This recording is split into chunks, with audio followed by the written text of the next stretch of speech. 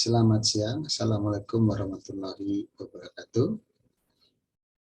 Jumpa kembali kita, para mahasiswa, dalam kelas rancangan sistem irigasi permukaan pada siang hari ini. Dengan harapan semuanya dalam keadaan sehat walafiat, sehingga dapat mengikuti pembelajaran dengan sebaik-baiknya. Dan pada kesempatan ini, saya ingin melanjutkan materi tentang hubungan air, tanah, dan tanaman. Yang mana pada pertemuan sebelumnya kita sudah mendiskusikan untuk hubungan air, tanah, dan tanaman pada topik sifat dan karakteristik tanah. Sebagai review dari pertemuan sebelumnya, bahwa kita pahami untuk satu matriks tanah terdiri dari 3 unsur komponen, yaitu unsur padatan atau partikel padatan. Kemudian di antara partikel padatan maka terdapat ruang. Yang mana ruang tersebut kemudian kita kenal dengan pori. Pada ruang pori tersebut terdapat udara, air, dan bakaran tanaman. Nah, pada kesempatan siang hari ini kita akan melanjutkan tentang berapa banyak air yang terdapat di dalam ruang pori tersebut. Bagaimana cara menghitungnya? Baiklah, mari sama-sama kita simak paparan yang akan saya sampaikan sebagai berikut.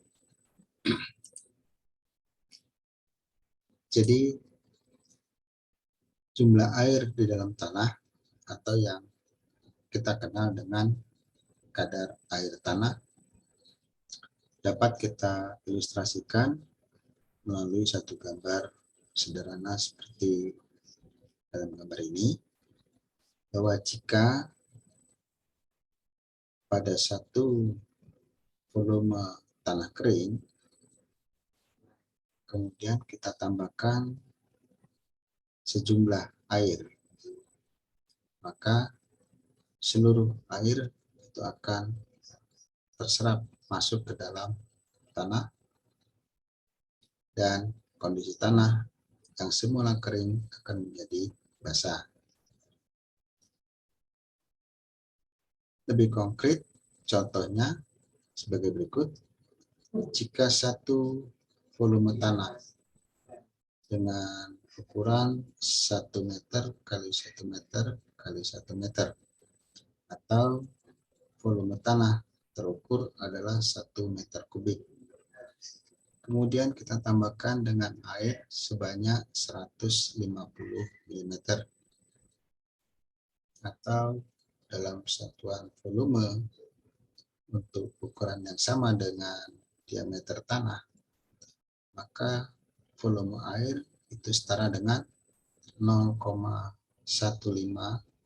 meter dikalikan 1 meter kalikan 1 meter atau sebesar 0,15 meter kubik.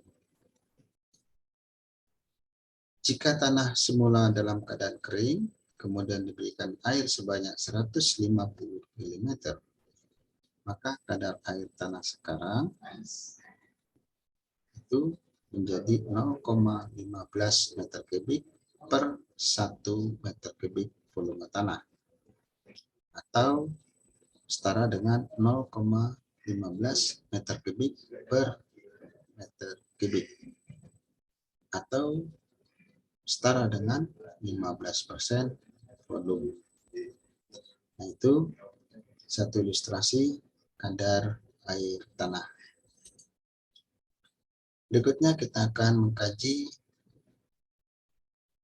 tentang air dan pergerakannya di dalam tanah. Saudara-saudara, proses masuknya air ke dalam tanah kita kenal dengan istilah infiltrasi. Nah, kemudian bagaimana mengukur kecepatan masuknya air ke dalam tanah? Maka kita mengkaji dalam bentuk kajian laju infiltrasi. Adapun konsep laju infiltrasi ini dapat kita lihat pada contoh gambar sebagai berikut. Jika di dalam sebuah gelas seperti ini,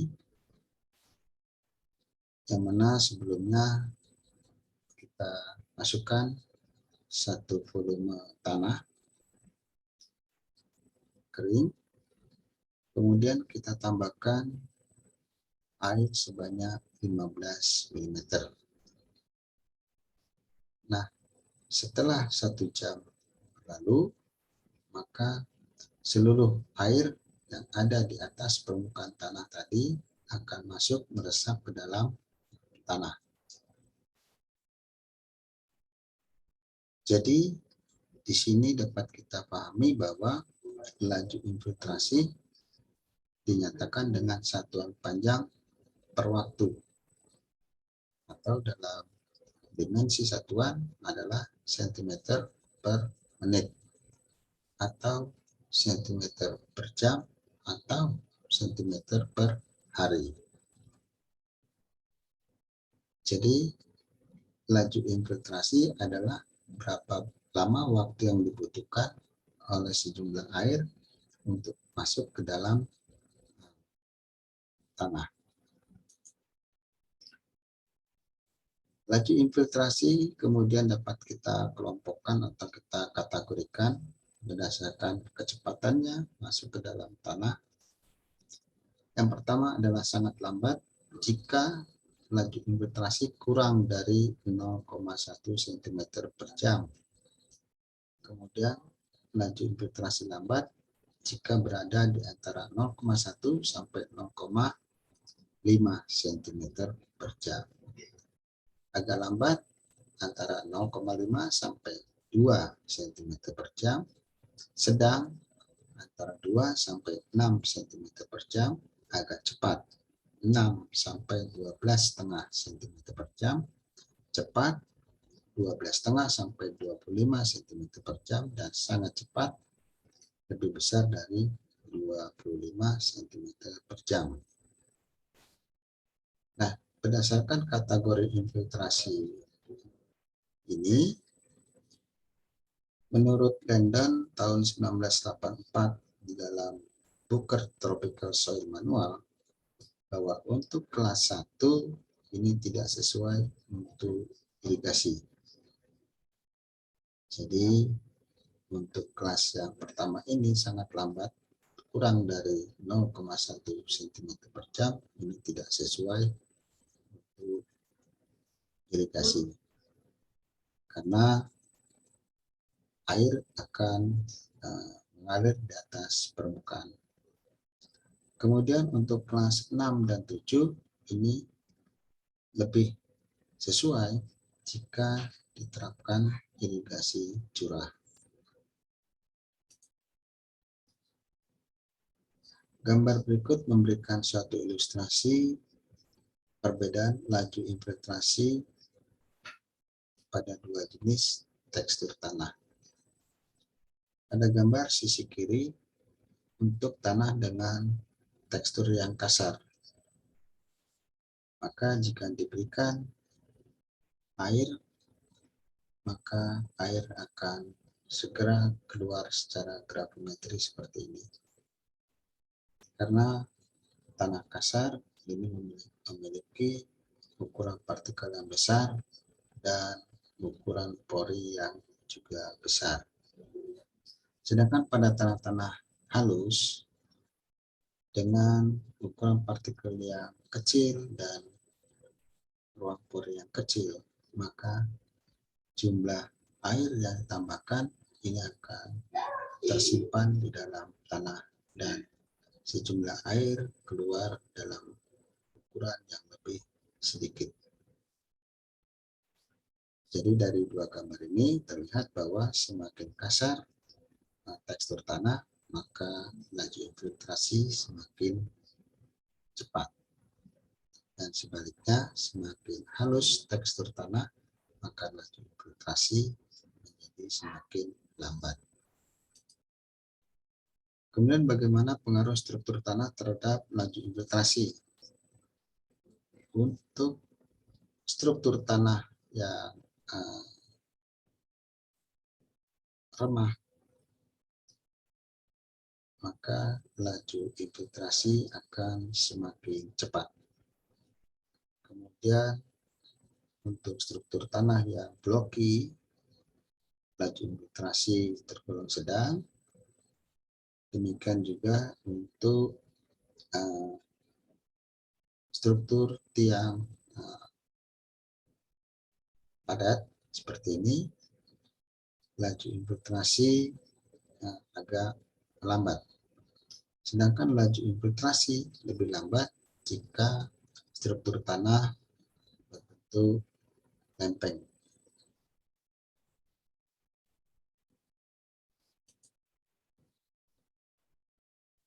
Ilustrasi yang disajikan pada gambar berikut ini menunjukkan hubungan antara laju infiltrasi pada kondisi kadar tanah air awal. Untuk tanah dengan kondisi kadar air awal lebih kering,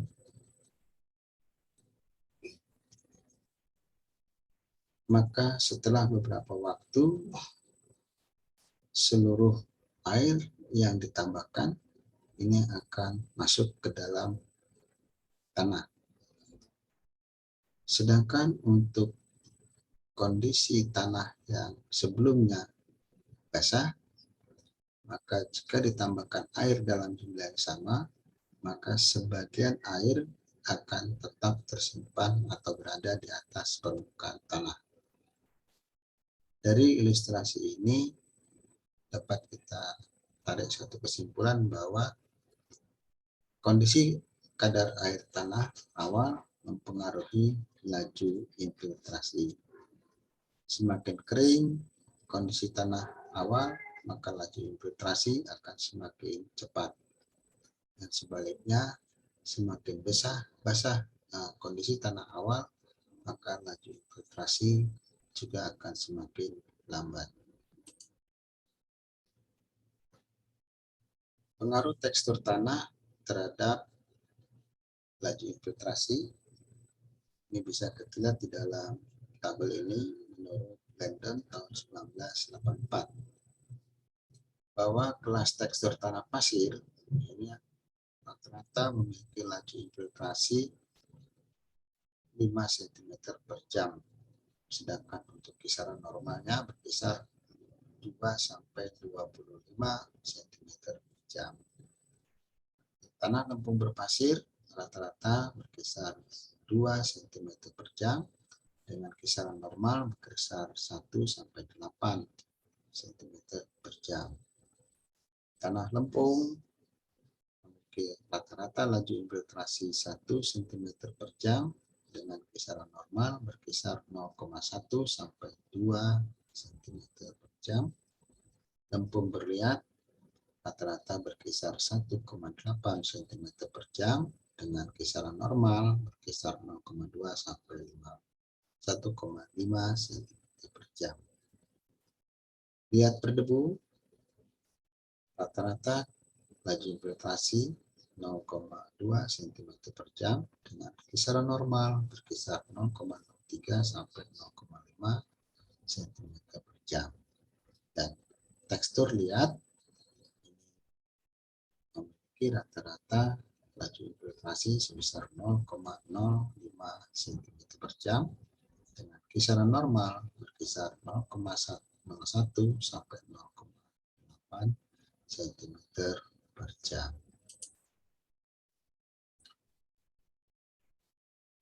Berikut air di dalam tanah. Pengertiannya yang bisa kita lihat di dalam gambar ini adalah jika tanah banyak mengandung air, maka dengan gaya gravitasi maka banyak air yang akan keluar. Ini pada kondisi tanah jenuh. Jadi sekali lagi, pada kondisi tanah jenuh, maka secara gravitasi akan banyak air yang keluar. Kemudian pada kondisi fill capacity,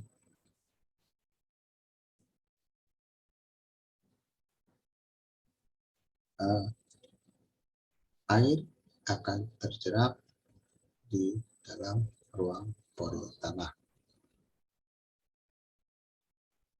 Dan air ini menjadi tersedia bagi pertumbuhan tanaman. Kemudian jika proses pengeringan berlanjut, maka akan diperoleh atau dicapai suatu titik yang disebut dengan melting point atau layu permanen, yang mana di sini air berada pada atau terjerap pada lapisan partikel, sehingga air tidak tersedia untuk tanaman.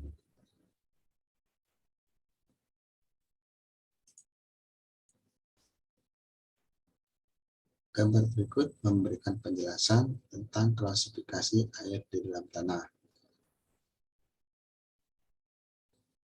Air di dalam tanah dapat kita klasifikasikan dalam kondisi jenuh, kondisi kapasitas lapang, kondisi titik layu, dan air higroskopis dengan ukuran tekanan. Untuk jenuh itu 0 bar, sedangkan air dalam kondisi kapasitas lapang minus 0,2 bar, sedangkan air pada kondisi titik layu minus 15 bar, dan air higroskopis minus 30 bar. Bagaimana kondisi air di dalam tanah secara fisik? Bahwa air yang berada pada kondisi jenuh, maka secara fisik ini berada di antara 0,2 sampai 0 bar. Air pada kondisi jenuh ini menjadi air yang tidak tersedia bagi tanaman karena jumlah air yang berada dalam kondisi jenuh ini menjadi tidak tersedia karena akan mengalir secara gravimetri. Kemudian air di antara kapasitas lapang dengan air higroskopis ini adalah air kapiler. Ini disebut dengan air kapiler. Dan di antara kapasitas lapang dengan air higroskopis ini dibagi atau terdapat satu titik yang disebut dengan titik layu. Nah, antara kapasitas lapang dengan titik layu ini adalah air yang tersedia bagi tanaman. Sedangkan di bawah titik layu ini air tidak tersedia bagi tanaman. Berikut konsep kapasitas menahan air tersedia atau water holding capacity. Status air tanah jenuh. Ini berdasarkan status potensial air dalam ukuran pF adalah sebesar 0. dan dalam satuan atmosfer atau bar juga sama dengan 0. Nah, air dalam kondisi jenuh maka dapat terlihat bahwa tanah selalu tergenang atau setelah hujan sangat lama. Biasanya permukaan tanah sedikit berair. Ini bisa kita lihat untuk kondisi jenuh. Sedangkan tanah pada kondisi kapasitas lapang atau fill capacity ini berada di antara 1 sampai 2,5 pf atau 0,1 sampai 0,3 bar. Tanah pada kondisi kapasitas lapang ini bisa kita lihat, bisa dicirikan dengan kondisi air dalam tanah setelah hujan berhenti beberapa saat, baik dalam satuan jam atau hari. Aliran air ke bawah lambat sekali atau sudah berhenti. Jadi di sini pada kondisi kapasitas lapang, pergerakan air gravimetri ke bawah karena gaya gravitasi ini sudah sangat lambat. Kemudian pada kondisi titik layu permanen atau permanent melting point, ini dengan ukuran tekanan 4,2 pf atau 15 bar. Nah, pada kondisi ini tanaman sudah layu dan kebanyakan mati. Biasanya titik layu permanen ini terjadi jika kondisi air dalam tanah setelah berhari-hari tidak terjadi hujan atau dilakukan penyiraman.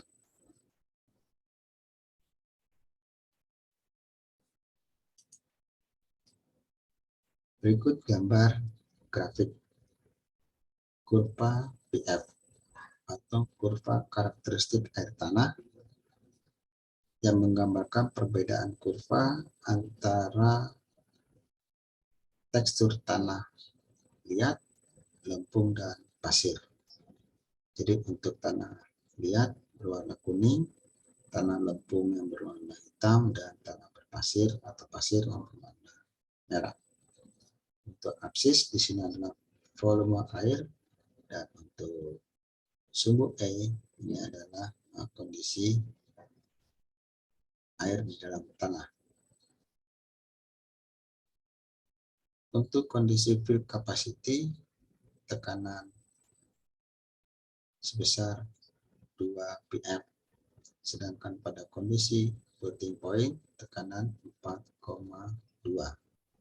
Nah, di antara 2 pf dan 4,2 ini adalah jumlah air yang tersedia untuk tanaman atau persen volume air tersedia. Untuk jenis tanah berpasir bisa kita lihat di sini pergerakan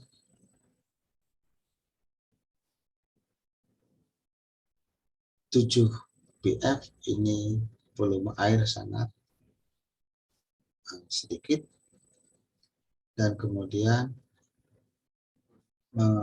membesar ini pada kondisi pF 1 atau di bawah 2.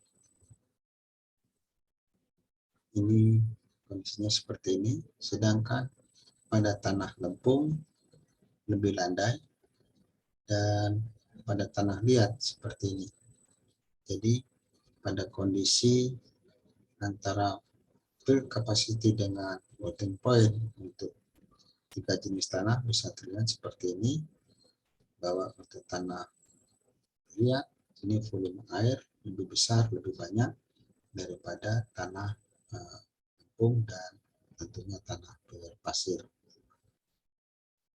Persen volume air yang tersedia untuk tanah lempung atau tanah liat ini berkisar 17%,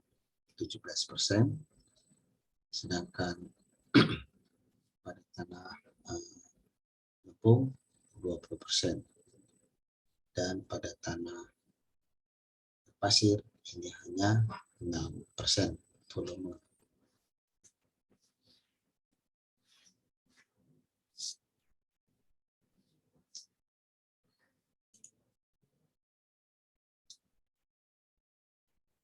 ukuran pori dari tekstur tanah bisa dikelompokkan menjadi pori makro, pori meso, pori mikro, dan pori total.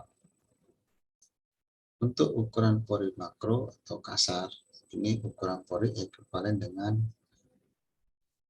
diameter lebih besar dari 100 mikrometer. Nah, ini sebagai aerasi dan drainase dapat dilihat dengan mata telanjang ukuran pori makro, sedangkan pori meso ini berkisar antara 30 hingga 100 mikrometer.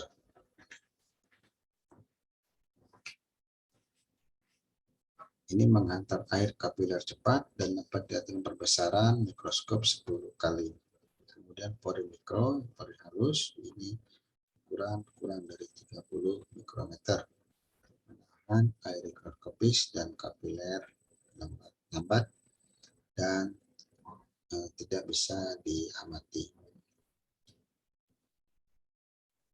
Adapun yang dimaksud dengan pori total adalah jumlah ruangan pori identik dengan kadar air volume pada kondisi jenuh atau saturated.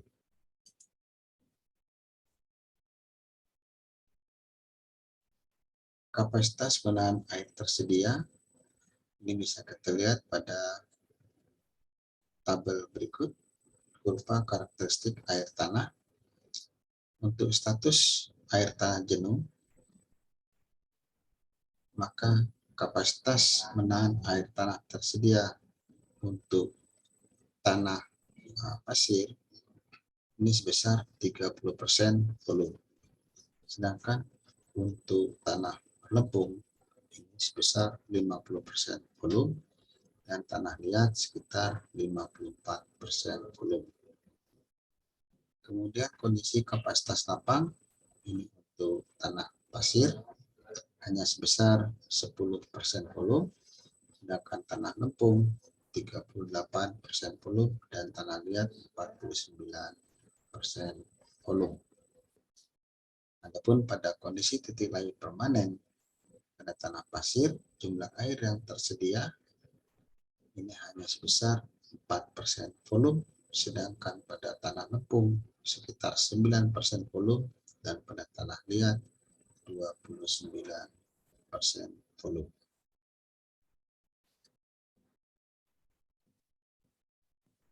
Adapun distribusi ruang pori tanah pada tanah pasir, pori total sekitar 39% volume,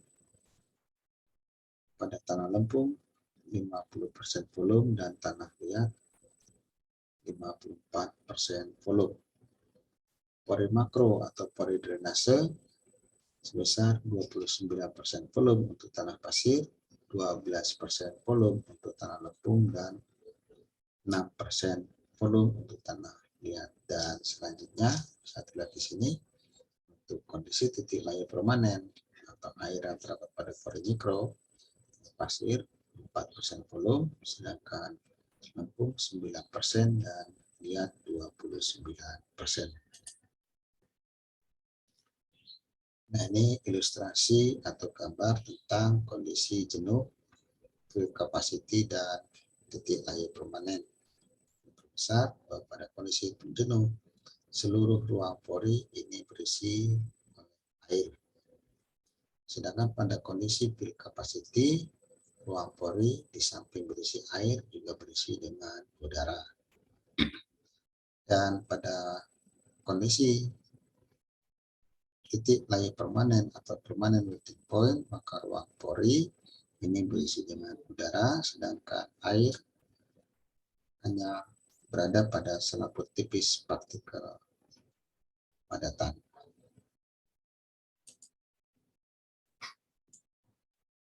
Penggunaan air oleh tanaman,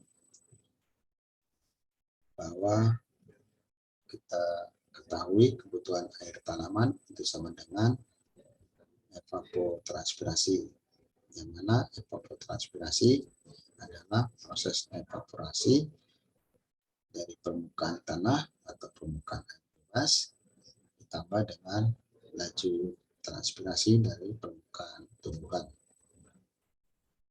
Evapotranspirasi aktual ini besarnya adalah nilai evapotranspirasi potensial dikalikan dengan koefisien tanaman. Ini FAO. Dari analisa kebutuhan air tanaman ini, kemudian kita bisa mempelajari neraca air atau soil water balance. Baik, barangkali ini saja dulu untuk materi lanjutan tentang hubungan air dan tanaman. Untuk pertemuan selanjutnya kita akan membahas lebih detail tentang evapotranspirasi, neraca air, dan analisa debit andalan. Terima kasih atas perhatiannya. Akhir kata saya sampaikan selamat beristirahat, tetap jaga kesehatan, dan bila taufiq wal hidayah. Wassalamualaikum warahmatullahi wabarakatuh.